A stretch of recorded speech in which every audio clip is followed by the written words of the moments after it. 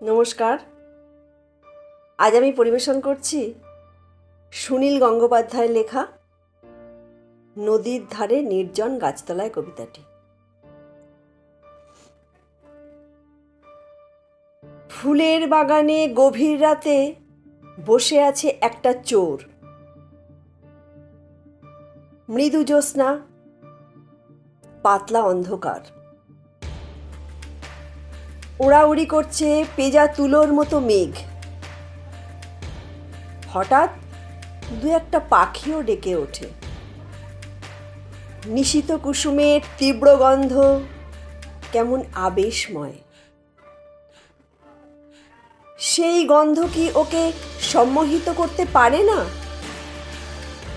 চোর হলেই কি ওর থাকতে নেই কোনো সৌন্দর্যবোধ? দিনে দুপুরে একটা 7 বছরের মেয়েকে ছিনিয়ে নিয়ে গেল একজন মুখোশধারী। ওরা মুখোশ পড়েছে পড়ুক, অতটুকু একটা বালিকার মুখের হাসি কি ওরা দেখেনি? গলা টিপে ওই হাসিটুকু কেড়ে নিতে ওদের বুক কাঁপবে না? তোমার হাতে একটা তলোয়ার থাকলে তোমার শত্রুর হাতেও একটা থাকবে। তারপর হবে মুখোমুখি লড়াই।